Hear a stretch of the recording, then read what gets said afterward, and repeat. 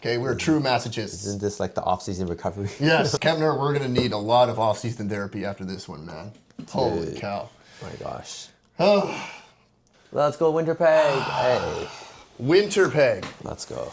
Okay. Well, as you can see, Witte and I have traded allegiances. We have traded in our Canucks jerseys for other teams. What, are you cheering for Colorado now? I think I'm just cheering for whatever Canadians teams are left, minus Edmonton. Yes. Fuck the Oilers. Okay? The Oilers can go to hell. I want Winnipeg and I want Ottawa.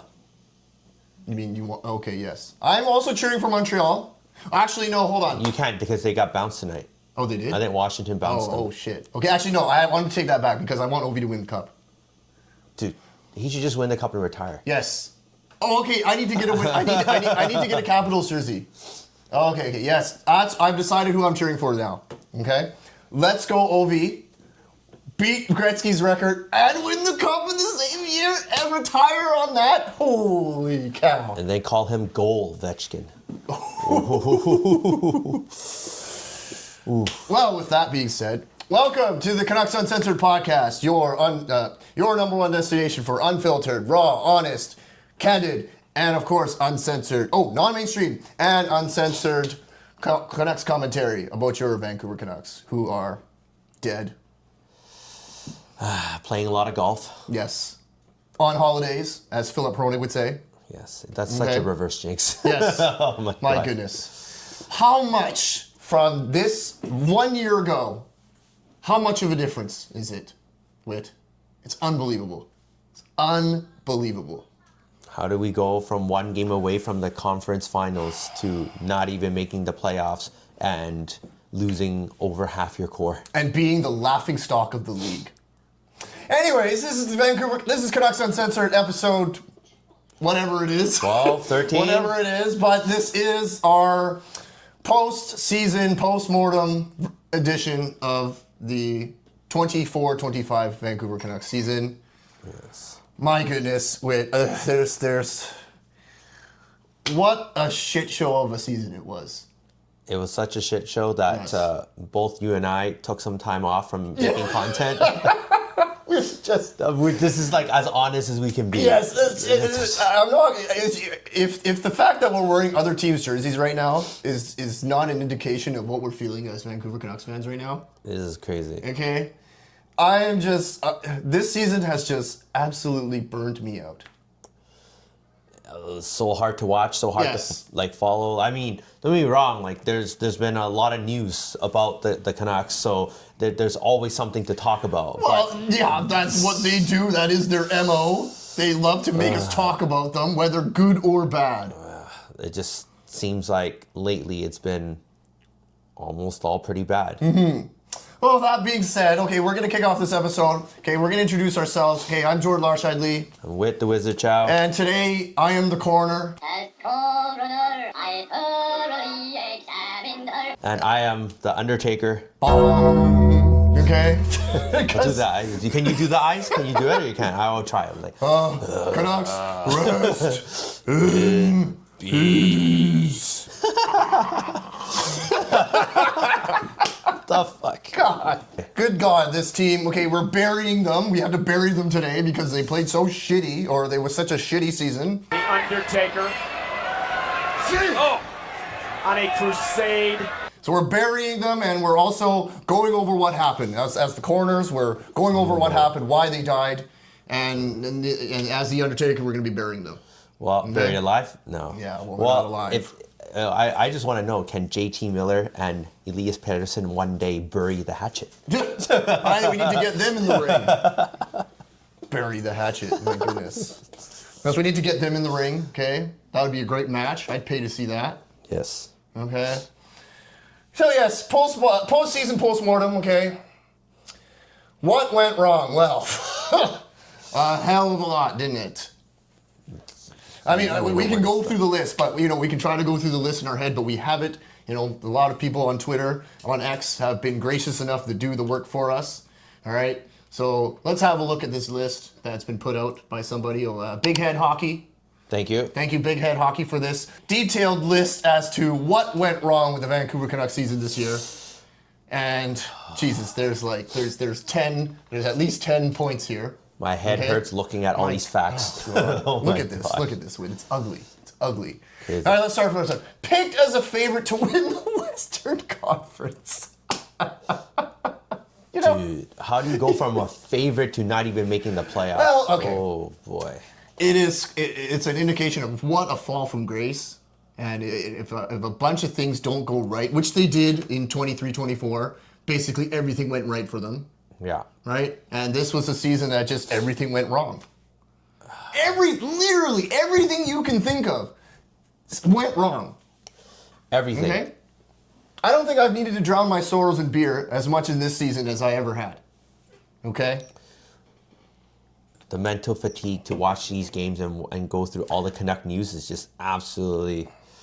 man, I don't even know the words. And you know, in the past, I've been criticized as a fan who only watches and only supports the team when things go right. Right. Okay? You know what? Fine. You know what? If that's the case, fine. If I'm a fair weather fan just for that fact, fine, I'm a fair weather fan, okay? I do not like to watch losing and uninspired hockey. I'm sorry. It's just not in my blood. It's not in my DNA to put myself through pain. Yeah, if you're gonna play like that, you gotta at least win the games. Yeah. If you're gonna put out such a shit-tastic season, you can't expect me to get so involved in, you know. Anyways, let's go through this list, as painful it is. Elias Pettersson and JT Miller got into public feud, of course. I mean, we said so much about this topic all season. I mean, you know what? We probably wouldn't even have a podcast if that didn't happen. What a feud. what a feud. It is, you know, things like this don't happen on a regular team. I mean, okay, they do. They happen all the time. Yes. Right?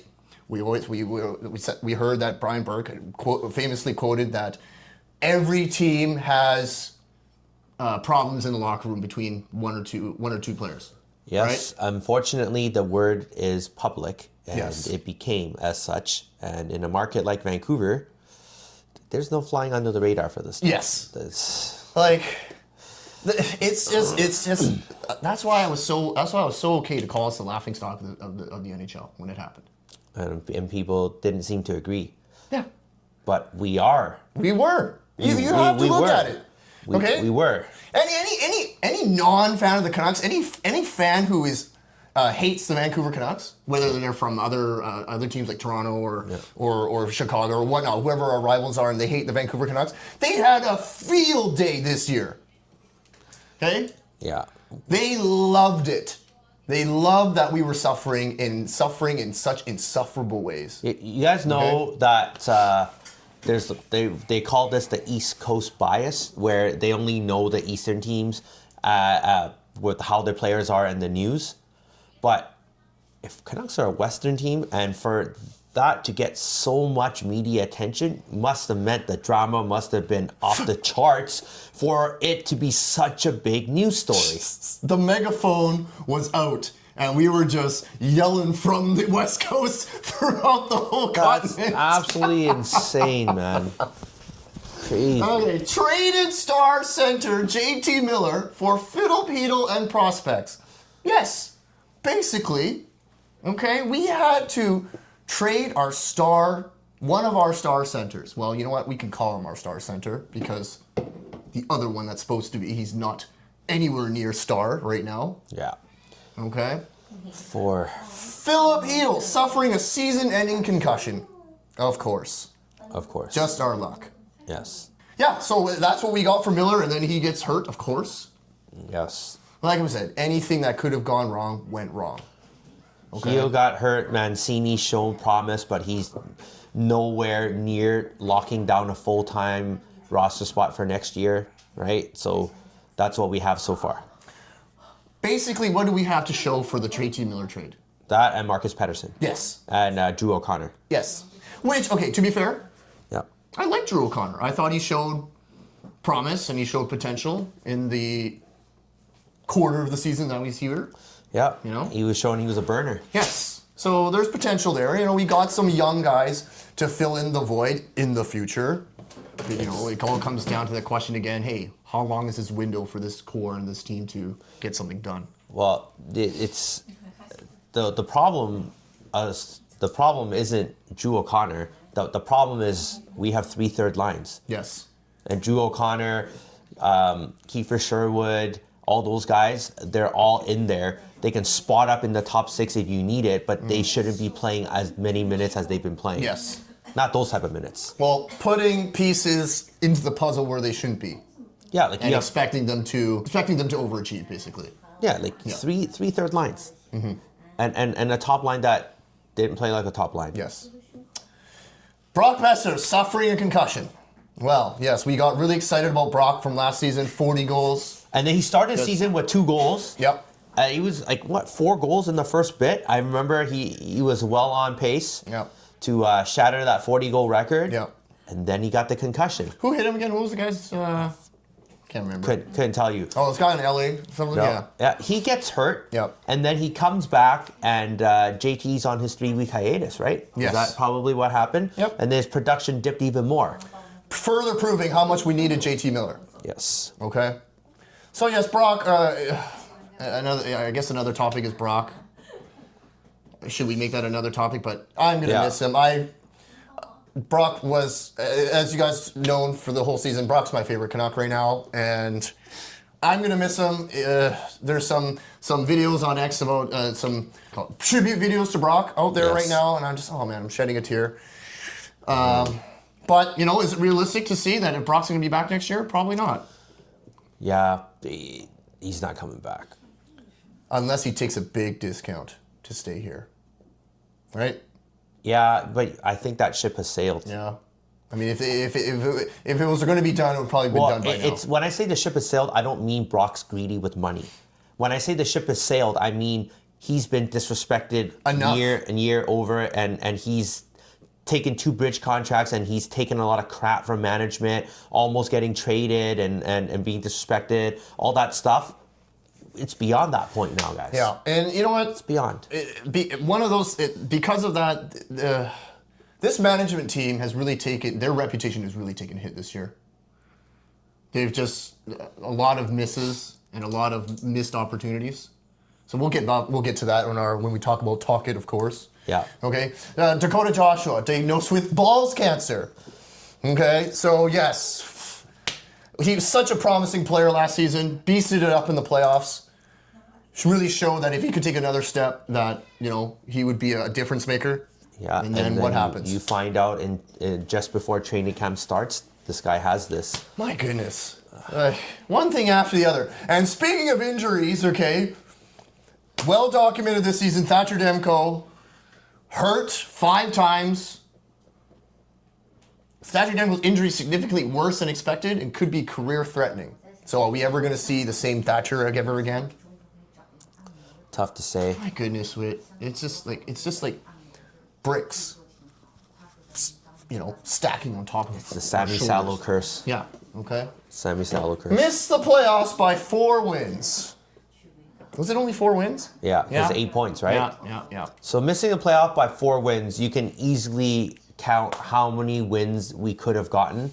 Even if we won 4 of those games in overtime, yes, that's 4. That's what I was about to say. That's all those overtime losses that we suffered, all the overtime losses that we threw away. Tyler Myers, okay? Dude, if you win 4 of those overtime games and you win 2 regular season games, you missed the playoffs because you didn't get the points that you should have in crucial parts of the year.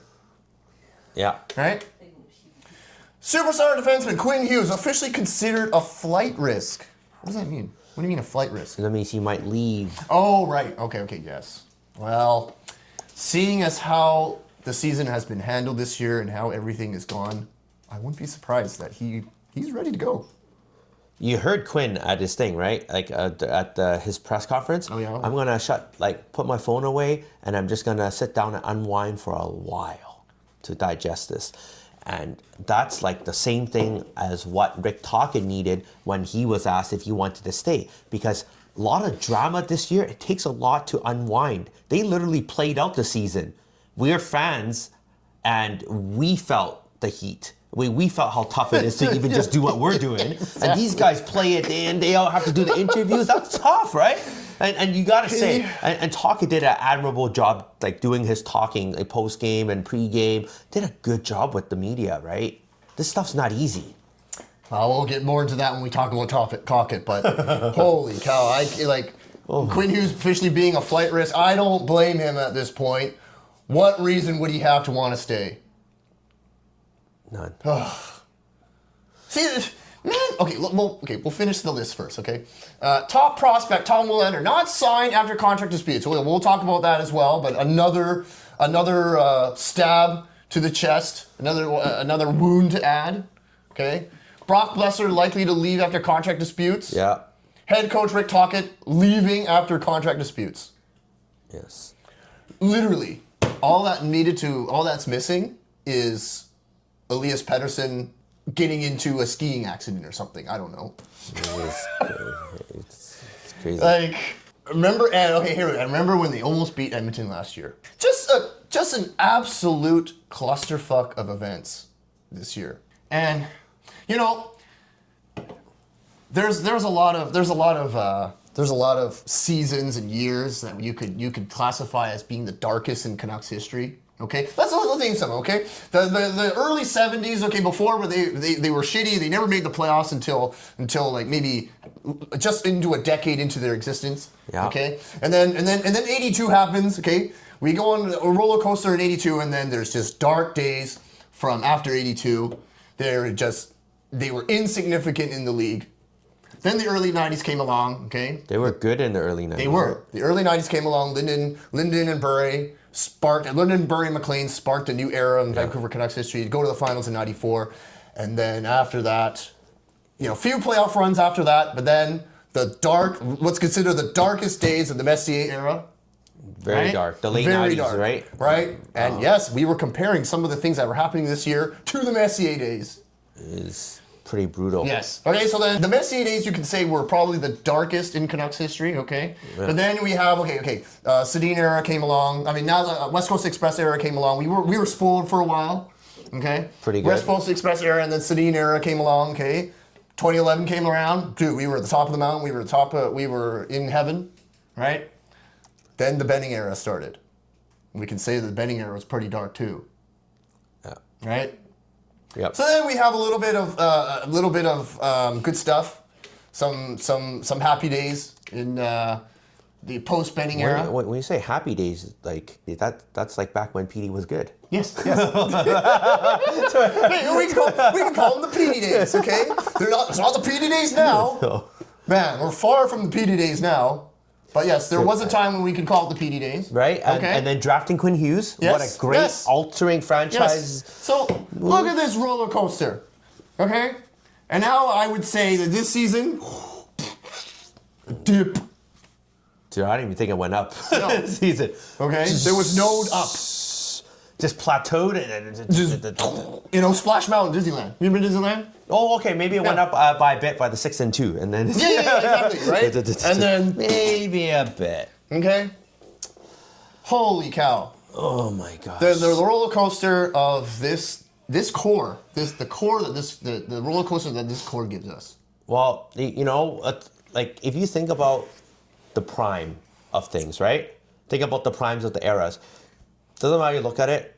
You tell me, when's the last time the Canucks made the playoffs 2 years in a row? I think it was 2012 and 2013. Correct. Yeah, they haven't After made that, back-to-back years. Yeah, They've made They haven't. made the playoffs twice 2015, and won in the bubble. 2020, Yep. and last year. That's it. That's it. So don't tell me that we've been having a lot of success and we're being poor fans and not supporting our fan base or whatever. We might be wearing other teams' jerseys right now, but hey, we're still Canucks fans. It's the off season. It's the off-season. So I can wear whatever off jersey I want Correct. to wear. All right? Okay, I'm not necessarily cheering. Let's make this clear. I'm not necessarily cheering for the Stars. I just love this jersey. It's my Medano jersey. This is my Sakic jersey that Witte's borrowing. But Yes. Ezekiel cheering for the Avalanche? Well, I could care less right now. Okay, fine. I already told you. I'm happy to wear the jersey. Yes, I'm cheering for Ovi. We already said. There you go. Let's go Ovi. All right. Okay, so basically, yes. Man, this season, okay, you know what? You can't even attribute it to just bad luck. Okay? Well, I mean, every year the Canucks don't make the playoffs, the number one blame is always injuries. There were a lot of injuries this year. Yes. Don't get me wrong, there were. Yes. But you add in all this other freaking stuff we just read.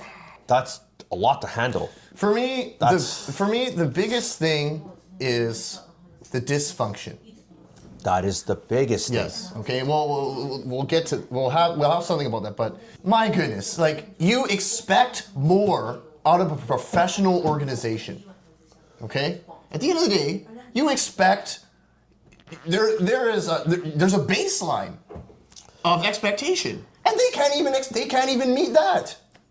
You know what's so disappointing is you have Francesco Aquilini, which you already know is only in it for the playoff revenue. Doesn't matter how far they make it into the playoffs. I don't care what Rev says. Right? They just need to make it.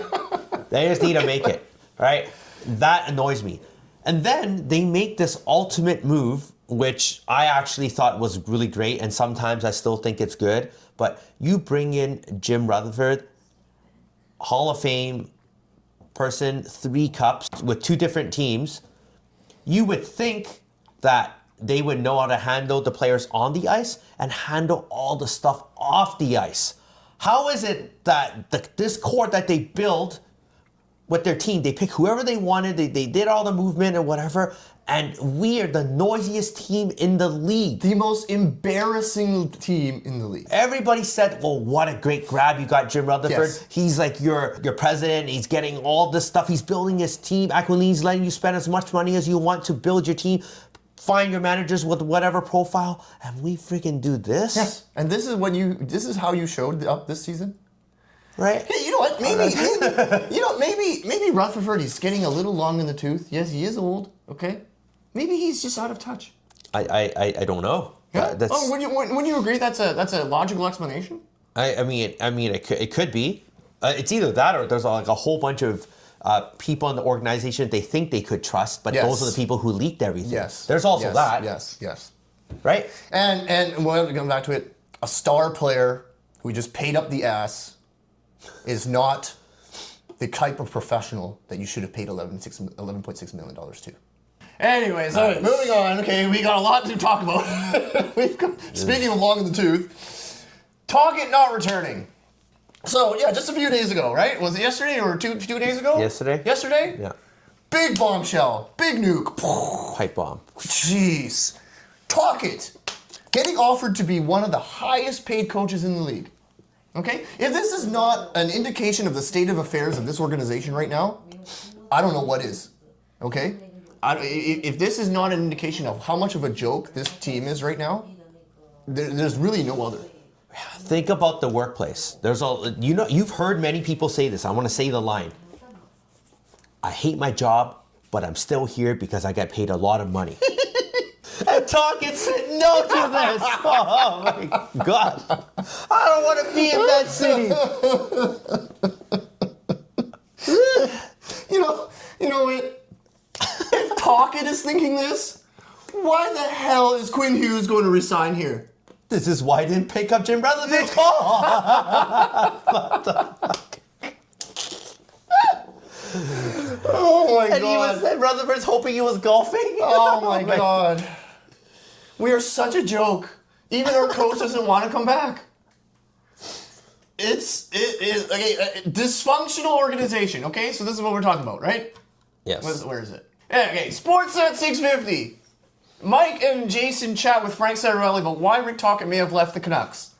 This is one of the most dysfunctional organizations in the league. Oh my God. Yes. It's one of the most dysfunctional organizations in pro sports.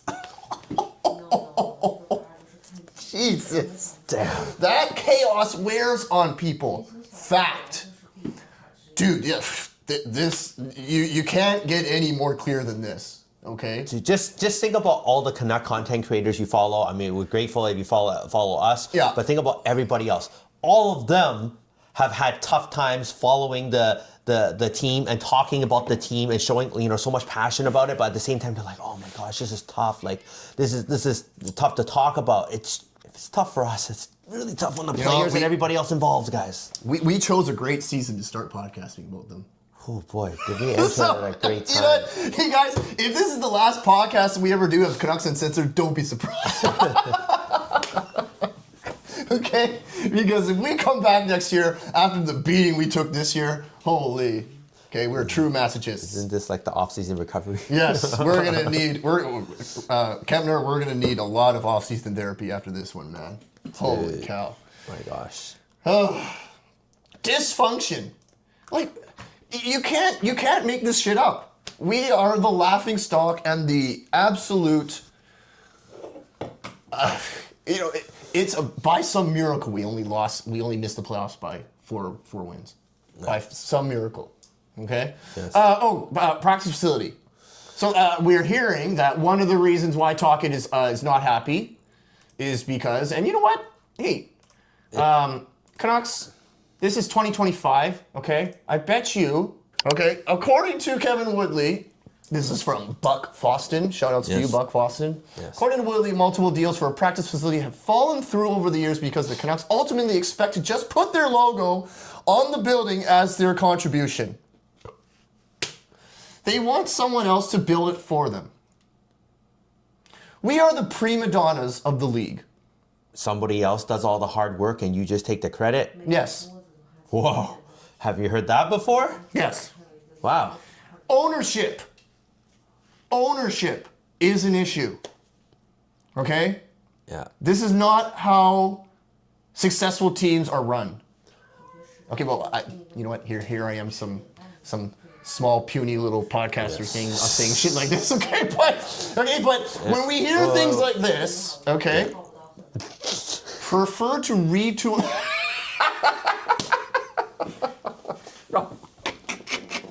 I had to leave that in there, man. That's beautiful. Rob talks hockey. That's great. Prefer to retool the arena. See, they would never rebuild an arena. This is what we're talking about. Okay. This also speaks to the fact that Aquilinis just want 2 playoff games every year to pad their revenue. They only want the playoffs so they can get more money. Okay. They don't really care about winning. And yet probably another reason why Tocchet wanted out. This is a shining example as to another demonstration as to why they're not committed to winning. Okay? If you're committed to winning, you would give the team a state-of-the-art practice facility, which they can obviously get Petey to go into with the Sedins and learn a few things. But no, that's not even happening. Okay? So when we make this argument with, when we talked to Kempner about Aquilini, these are the kind of things that we're talking about. That show us your dedication to a winning product. And not just squeaking in, making the playoffs, and getting yourselves a few extra playoff games every season. Well, this is why I said at this trade deadline, I really wanted us to be 10 points or more out. I really wanted us to do that because if we were 10 points out, we would have traded Brock Boeser and P.S. Suter to get something. I guarantee you. Because we were still lurking around a playoff spot, we were using Brock Boeser, P.S. Suter, and Derek Forbort as our own rental. For what? A greedy owner trying to make playoffs? Now we lost everything. Yeah. Now we're going to lose Brock for nothing. Look where we are now. Lose Suter for nothing. We didn't even get 1 playoff game. We didn't even get 4. Sorry. Normally, even if you suck, you get 4 playoff games. Yes. Didn't even get 4. Didn't even get your 2 home games, dude. No, nothing. Nothing. Trash. Okay, potential coaches. Okay, well, this is fun to talk about since we know that talk. And remember early in the season we were just saying, you can't believe that there's talk that Tocchet's not going to be back after winning the Jack Adams last year. Yeah. Okay, and it wasn't that we weren't going to bring him back. It was, should we make a coaching change? Yeah. And then here we have the coach who doesn't even want to come back. You know, I'm going to tell you, when Jim Rutherford said that he wasn't going to force Tocchet to play one more year because they could have forced Tocchet to play one more year. That's called exercising the extra year. Much like Bruce Boudreau's one was. They allowed him to play the extra year. Something similar. They could have forced Tocchet to play one more year and then renegotiate. This is called the option year. But Jim Rutherford said, you know what?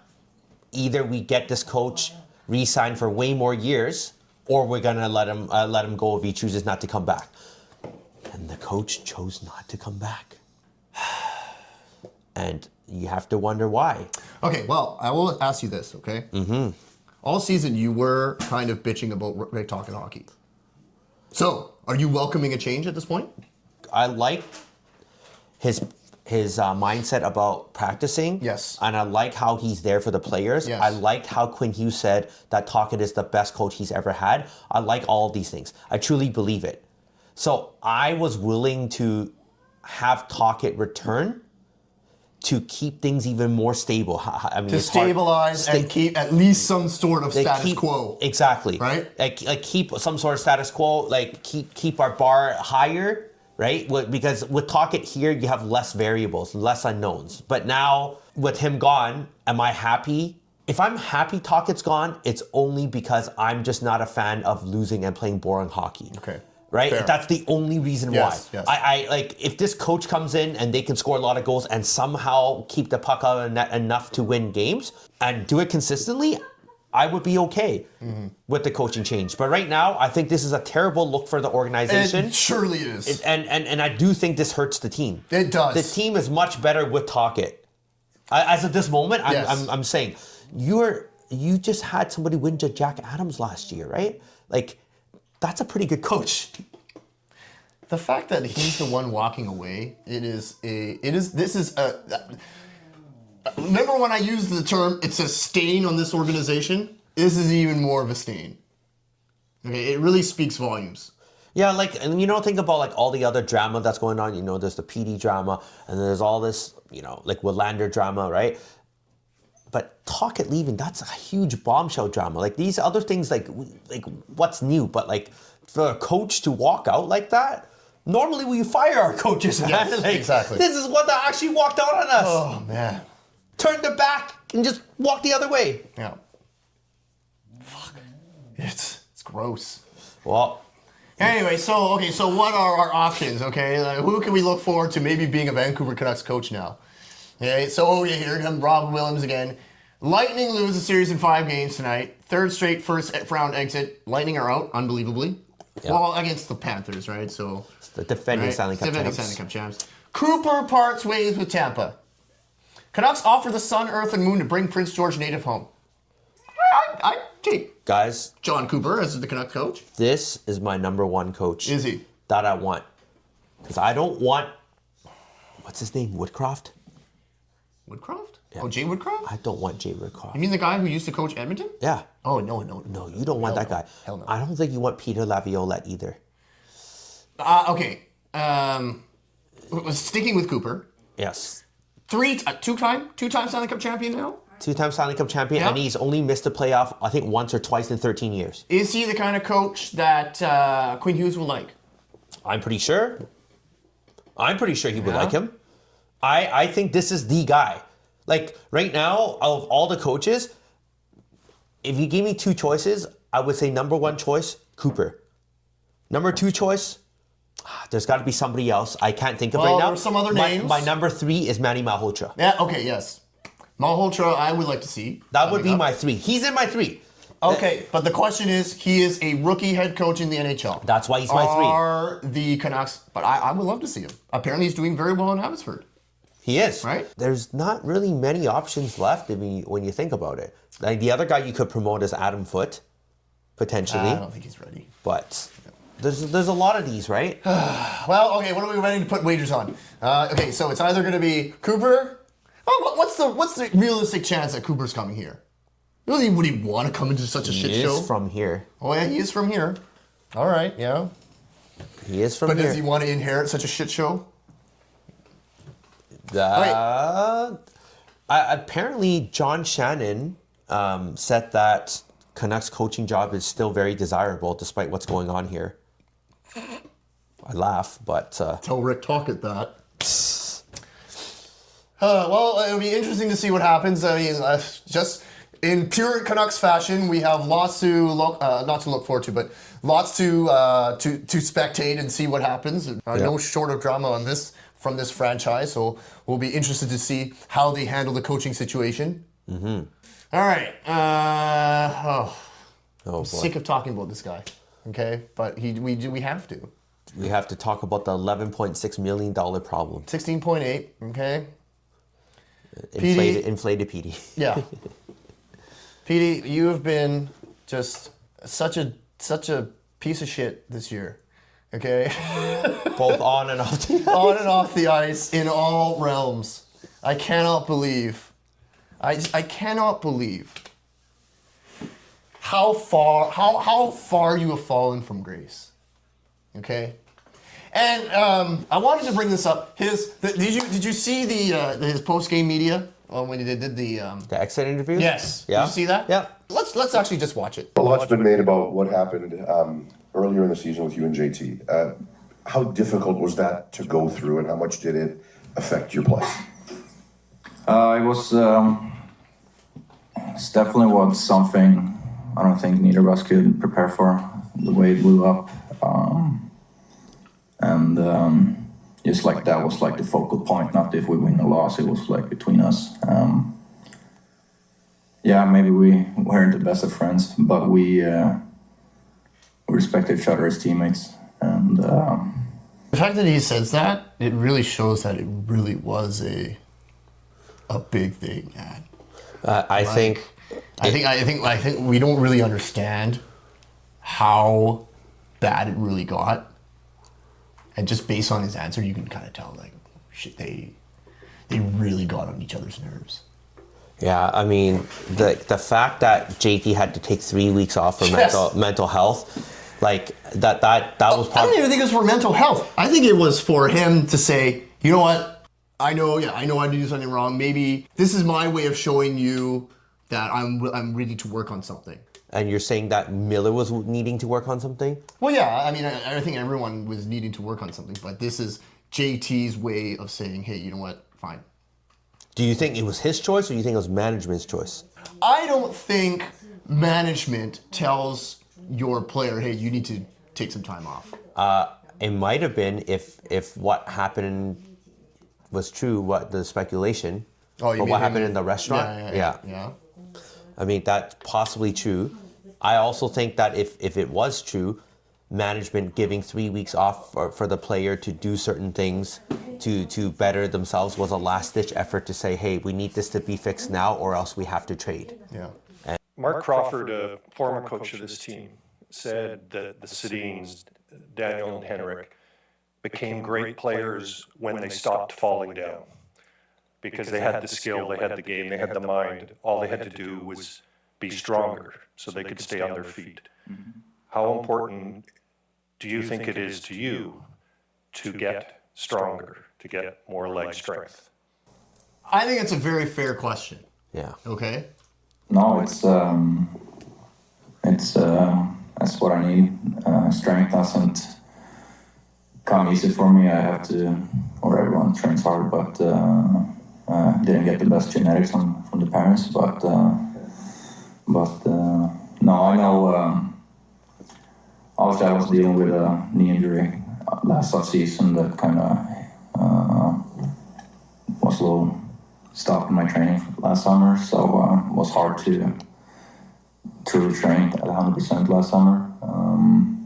But with that being said, I'm just trying to look forward, and sucks when that's playing still, but with that being said, I'm going to take this time to take advantage of the extra month of training to come in ready for next season.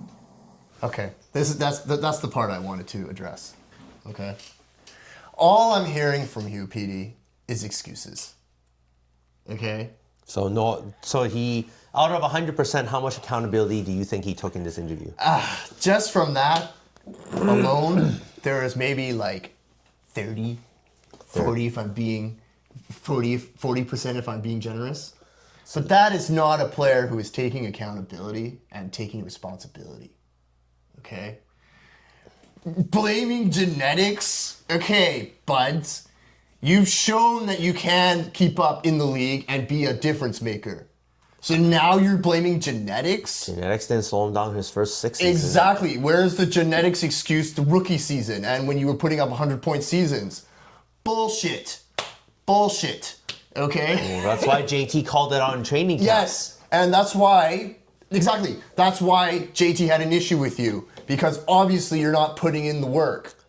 And he's a new generation, which means he can't, any constructive criticism is taken as full-blown attacks. As a teacher, you would know. Yes. Right? Yeah. And you know what? Hey, Ian McIntyre, great question. The Sedins showed that they can do it, they can overcome obstacles and overcome adversity by working hard and getting stronger. That's 100% what you need to do. You need to go the path that Sedins did. Yeah, I remember they got laughed at for being soft. It's Being because they, called the sisters. because they were pushed down quite a bit. Yes. It is true. So the best answer, what I was looking for from you, Elias Pettersson, was, yeah, I need to work harder and train hard and get my body into what is required to be an NHL player. And I can look at the Sedins at what they did and be inspired by that. Dude, I honestly would have loved it if he said, you know what, I did have a knee injury at the beginning of the season. Went back to blaming the knee. Yeah, like, you know what, I would have been fine if he actually did say, you know what, I did go into the offseason with a knee injury. However, there are other parts of my game and everything else I could have properly trained for to be in better shape to start the season. Yeah. And that's on me or something like that. Yeah. But none of that. But nothing. None of that. This guy, he is epitome of, what is it? Gen Is he Gen Z? is it Gen Z? Is it Z or the one before? Whatever it is the kids are these days. No accountability. Everything is easy. Like everything's supposed to be easier. given to you. Everything's easier. Everything's supposed to be easy. Oh, man. Just He's just... there's nothing likable. Nothing. It's an issue. I still am baffled how 3 different coaches knew that Petey and Miller had a problem, and you still give him 11.6. Right? If you really felt that JT and Pettersson's drift or whatever couldn't have been fixed, then keep Horvat and trade Miller. You just have to make the right decision. You gambled and you lost. That's why I'm really starting to question this. Right? Yes, you're right. That's why I'm really starting to question this management team. Rutherford, he's getting old. Alvin is a rookie. Okay? Does he really know what he's doing? Jim Rutherford may even be too honest to Yeah. a fault. Just saying. Like, I wouldn't have said, call Petey, No. didn't return my phone call. I wouldn't have said Yeah, that. exactly. Holy snap. Well, okay, and then the whole thing about Rutherford when he's telling us that... The Hughes brothers? The Hughes brothers? yeah, they were going, almost tampering. I'm surprised that he didn't get any tampering fees the way that the Canucks get fined for everything. Yes! I was surprised he got away with What it. are you doing? I mean, I get what you're doing, but aren't you not allowed to do that? Why My would you God. even spill that idea? We're such a joke. Okay, and okay, the point about Pettersson we're gonna make, Petey, you are the #1 reason that JT is gone and that Tocchet is gone. I think Tocchet just had it like, you know what? I've had enough of your shit. Like, Tocchet's looking at this. Tocchet's looking at the season and be like, he's going, no thanks. So he's like, I'm okay. He's like, I got no training facility. I can't Yes. force Petey to stay here, and I can't make Well, him I have good. to deal with Petey. Right, and he's probably thinking about Crosby every time he thinks about a superstar, and he's like, Yeah. I had that, and now I have Yes. this. He's like, I don't want to deal with this for years. He's like, I don't want to deal with this if Quinn Hughes is going to be gone in 2 years. Hell no. Quinn probably told him, hey, I'm out of here in 2 years, Yeah, so yeah, that's probably maybe you why. don't want to be here. Right? What a good captain this guy Quinn probably is. was like, You know what, Coach? You're the best coach I've ever had, okay, but I'm probably not coming back. You might as well not. Yes. He said, "Hey, Coach, I'm going to give you one more hint. Yeah. I'm going to pull up what Kachuk did, and I'm out of here. I'm going to get traded to Stanley my Cup God. contender team, and I'm going to win the cup." Smart guy, you know, smart guy. It all makes sense. It all makes sense. Petey, we've said this all year. Petey was the true cancer in the locker room. I don't care what anyone says. The quiet cancer won. Yes. Okay. Holy! Everything is coming full circle in our year this year. And Right? everyone's wondering why Quinn Hughes didn't pick up Rutherford's call. He's the Quinn Hughes is the mastermind behind this. Hey, Tocchet, I gave you a hint. Okay. Well, Get out of here. What we all want to say? What does this mean for Quinn? Guys, you Okay. tell me, if you were Quinn Hughes, what can the Canucks possibly do other than giving you a lot of money? What is the only other thing they can guarantee you? And here it is. They can only guarantee you drama. That's it. Well, okay. You can also say to Quinn, hey, we're going to make this happen. Oh, hey Quinn, we're going to trade away the other problem who you also defended in Elias Pettersson. We will also give up Tom Willander, who we cannot sign over a $200K difference. Then we're going to give up our only top 6 forward prospect in Jonathan Lekremaki. And then we are going to give up two first round draft picks to get both brothers. Direct your brothers. What's this spelling mistake? The hell is Luke Hayes? Sorry, only one of your brothers and Luke Hayes. But anyways, yes, when I saw this, I was like, holy shit, that's pretty much what we would need to give up to get them. Right? Yeah. And is that worth it? Fuck no. It's not worth it. It's not. It's not worth it, man. So the guys, let's enjoy Quinn Hughes while we still have him. Okay? Let's enjoy the magic of Quinn Hughes because, so yes, honey, sorry. He's not going to be here for much longer. Okay? Yeah, we have to be realistic. We have to be. Like, think about it. That you want him to stay. I want him to stay. I want him to stay. Kempner is convinced that he's going to sign here. I don't think so, Kemp. I'm sorry, bud. I'm sorry. And like, if money solved everything, Tocchet would be back right now. Yes. Yes. It's not looking good. Okay? Yes. Bringing back to the front office and how they've kind of shit the bed.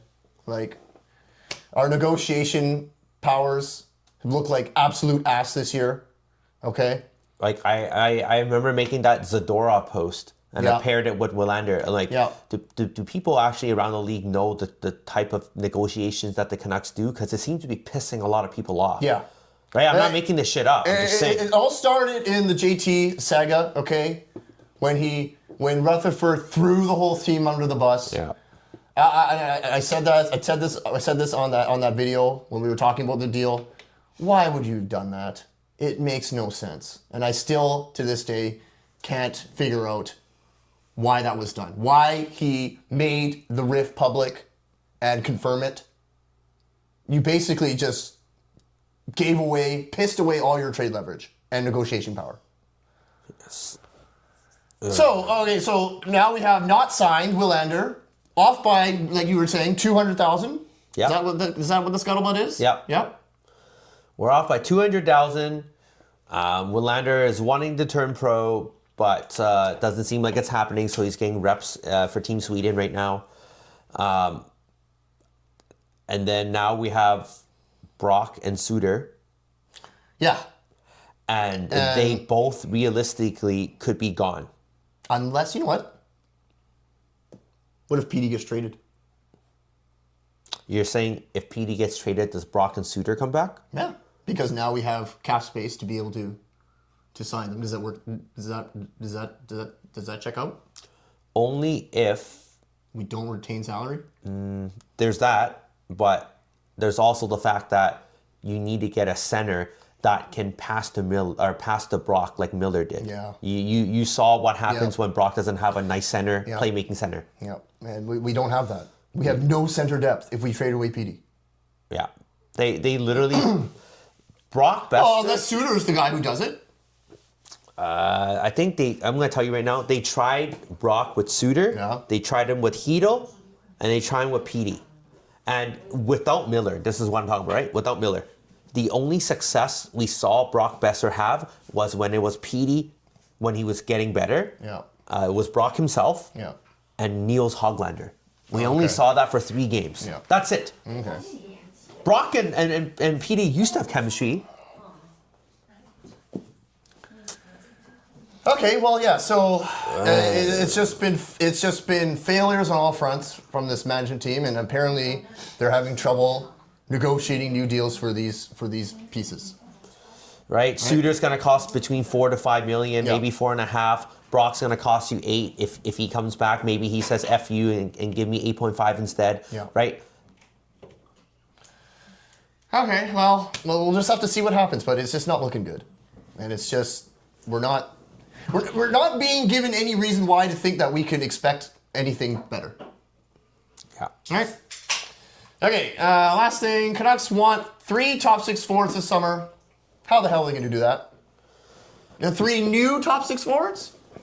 Yeah, I mean, that's assuming a Brock doesn't come back, yes. Okay. Let me do the math for you. The Canucks have $14 to $15 million in cap space next season if they do not re-sign Brock, Suter, or Forbert. How much was that again? 14 to 15 million. Okay. Re-signing Brock and re-signing Suter and re-signing Forbert will eat up all of the $14 million of cap space we have for next season. And that's running back the exact same team we had this season that didn't make the playoffs. So you tell me how we are going to get 3 top 6 forwards with $14 million.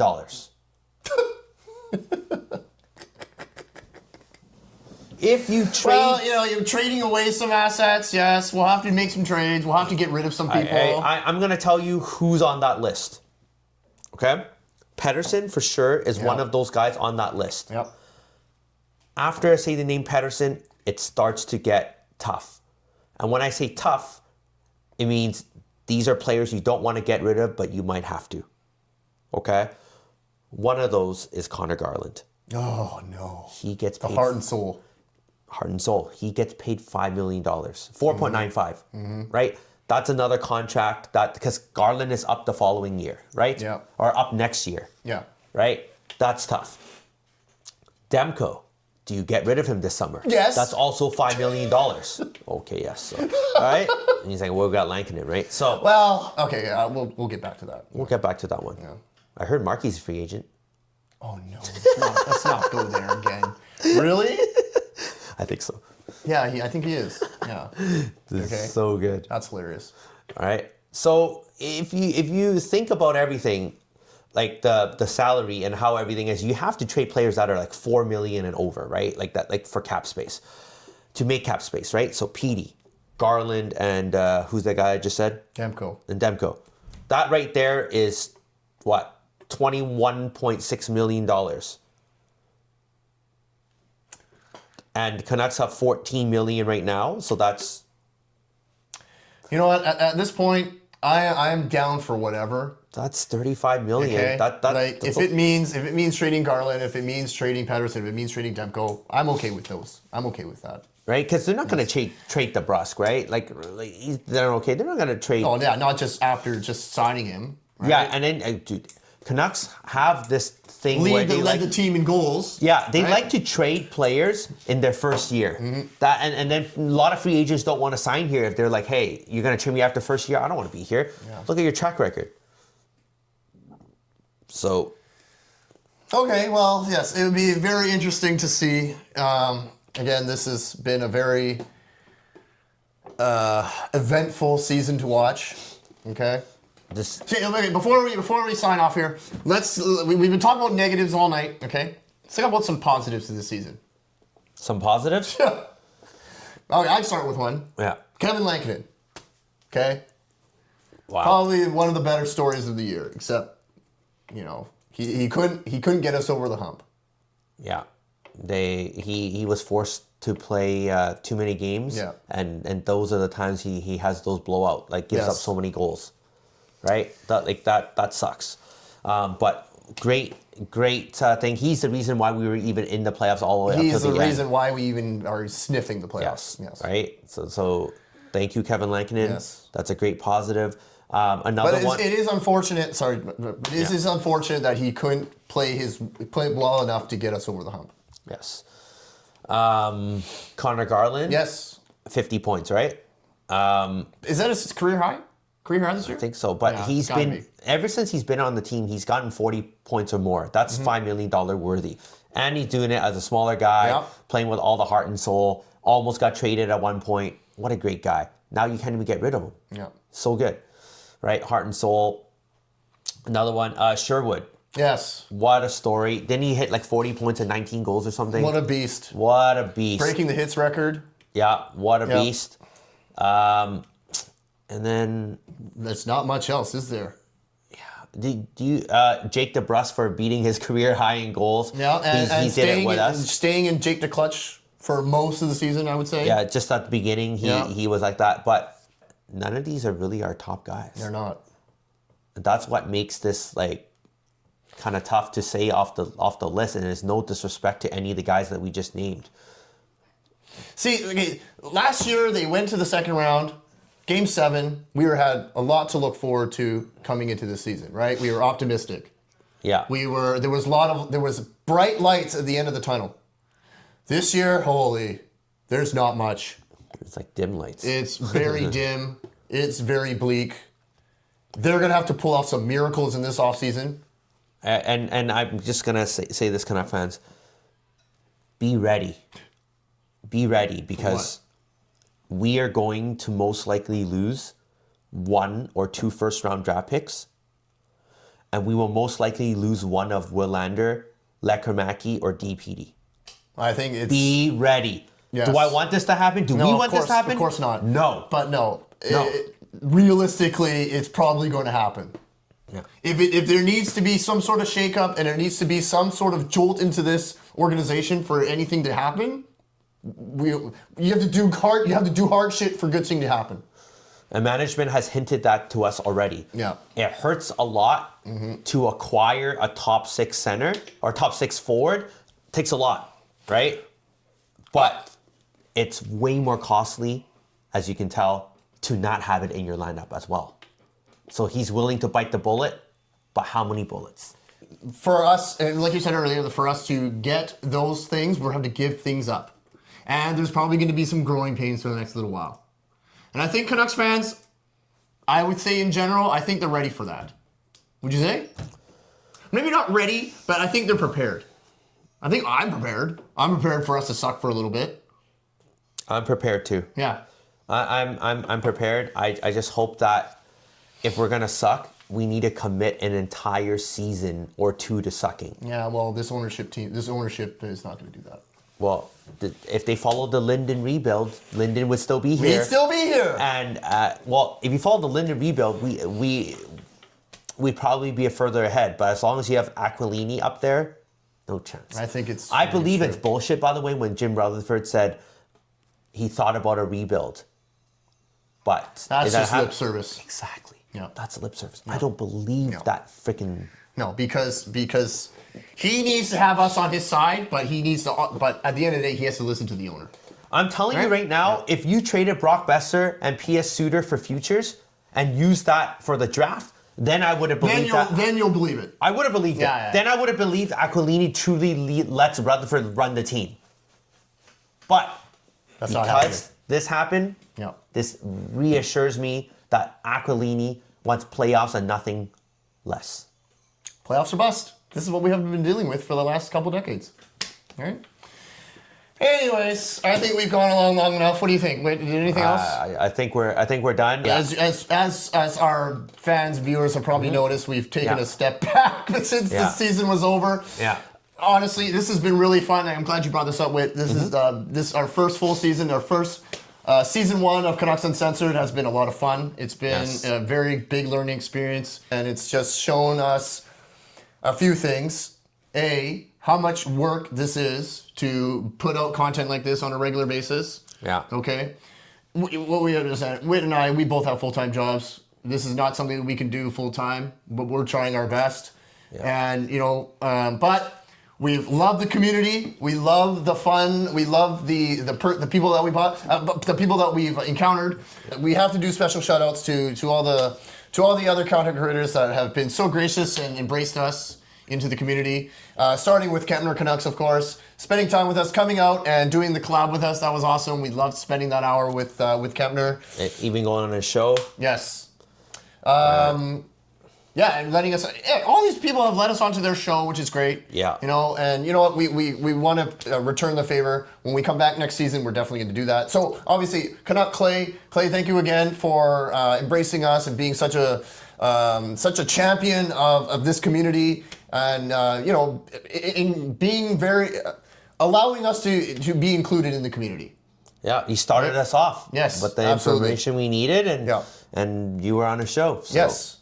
Nothing is perfect. Russell, nothing is perfect. The guy does streams every game. He was gracious enough to feature us on his show. So Russell, shouts to you, and also Locked On Canucks, Kyle and Trevor, for featuring us on their show as well. Check all these guys out. They're great, and I'm sure there's lots of other content creators out there just like us.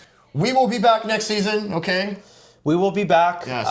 We'll do things here and there, yes. but for sure, you will not want to miss our editions of the draft. We'll definitely talk about the lead up to it, what we hear, what picks we could be trading, and what we could be getting back, Yes. what players we can draft, right? All that stuff. That's if we have our first round pick. Yeah. Even second round, third round, there might be some guys. And then we're definitely going to do a preview of free agency, who would be around and who we might get. And then after that, it's pretty much going to be the off season. Well, depending on what happens with the Canucks, what the Canucks do in free agent frenzy, when if they don't do much. Yeah. Right? But well, that's basically, if there's anything talked about the Vancouver Canucks, you can expect we'll be putting our input about it. So thank you again to all our subscribers, all our followers, everyone who has commented, liked, and interacted with us this season. Even though the season has been a gong show, but Canucks fans, we have to stick together.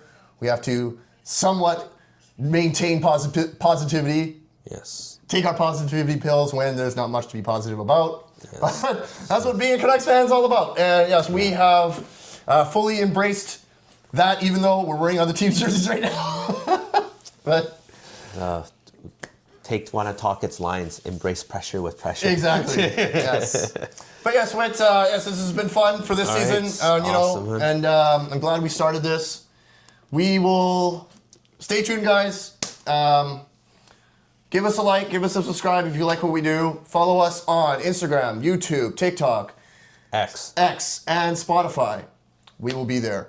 And Canucks, I guess what we just have to do is sign off this year and say, man, you better do something in this offseason, man, because let's get that good coach. Yeah, and then go from there. Yes, exactly.